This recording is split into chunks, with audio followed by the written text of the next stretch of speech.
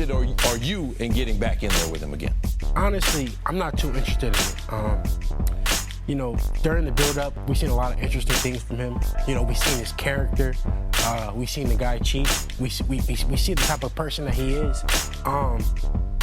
I don't see myself ever, you know, getting back in the ring. But you know, I'm a fighter. I'm speaking, you know, right now with how I feel. But we never know what the future holds. Steve Kim has reported and confirmed not only did Ryan Garcia test positive for Ostarine, he also tests positive for Neandrolone, which is an anabolic steroid. What does this mean? It means he tested positive for 2 PEDs. Now they haven't did the B sample yet, but more than likely the B sample has come out the same as the A sample.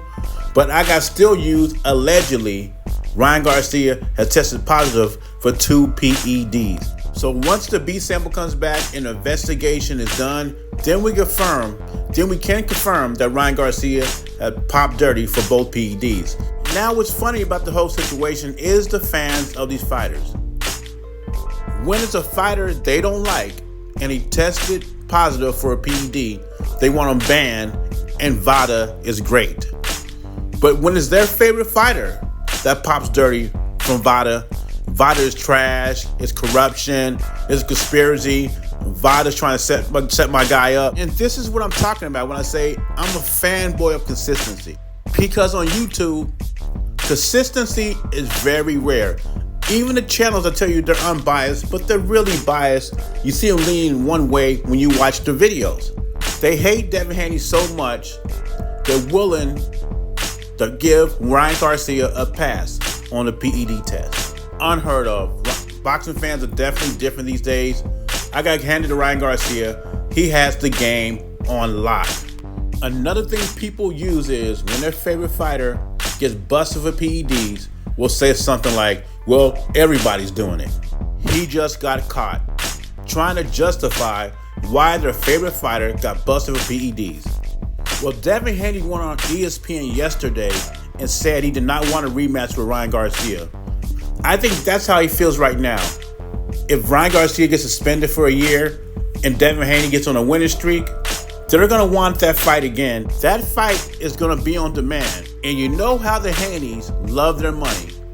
They might make twice as much in the rematch. So I believe it will be a Devin Haney, Ryan Garcia rematch down the line. But that's an if, and that's a big if Devin Haney recovers.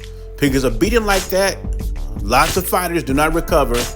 Devin Haney may not be the same guy once he gets back in the ring. Is David Benavidez? You open to doing that?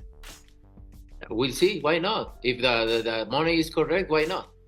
I can fight him Saturday night too. Saturday night too. So you think you think you'll beat him up too? That's what you're saying? Yeah, of course. Of course, I beat that guy. If the money is the money is that correct? I fight that guy and I beat that guy the same night. I don't care. Today we have Munguia versus Canelo Alvarez. And my prediction on the fight is this: both guys came in great shape. Canelo came in at 166.8. Haney Munguia as well came in under 168. Both guys look in excellent shape. I look forward to a good fight. And no one can predict when the changing of the guard happens. It could happen tonight. It could happen next week. It could happen in September. No one knows when that changing of the guard will happen. And until that happens, I'm rolling with Canelo to win this fight between 8 or 9 rounds. I think it'll be a knockout. I think Canelo's experience and first-class counterpunching will be the difference in this fight. I think Haney Munguia will give a valiant effort, and who knows, maybe he'll shock us all. I don't like Haney Munguia's defense or lack of defense, but he does got Freddie Roach in his corner. Maybe Freddie Roach can add some different wrinkles and make this fight more interesting in a much closer fight. But I'm going to roll with Canelo in 8 or 9 rounds. Haney has a good engine, but he lacks experience in defense. Now, you heard Canelo Alvarez on the Stephen A. Smith show. He said he's down to fight Benavidez and McGinn on the same night. He said when it comes to Benavidez, it's all about the money. If the money is right, the fight could happen next. And as boxing fans, we should be excited, right? But it's one thing.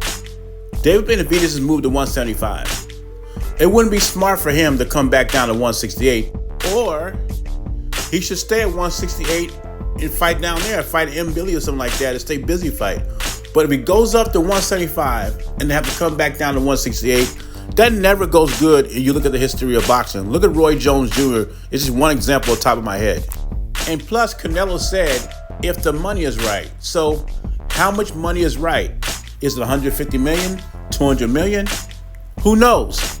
And who's going to put the money up for the fight? Because we hear Canelo's going to fight Jamal Charlo in September, fight Ed Berlanga in September, and Canelo won't charge as much to fight those two than when you fight a dangerous Benavidez, right? Like I said, boxing is the theater of the unexpected, and Canelo has to get past Munguia first anyway. Leave your thoughts in comments below. Jay Beezy, I'm gone.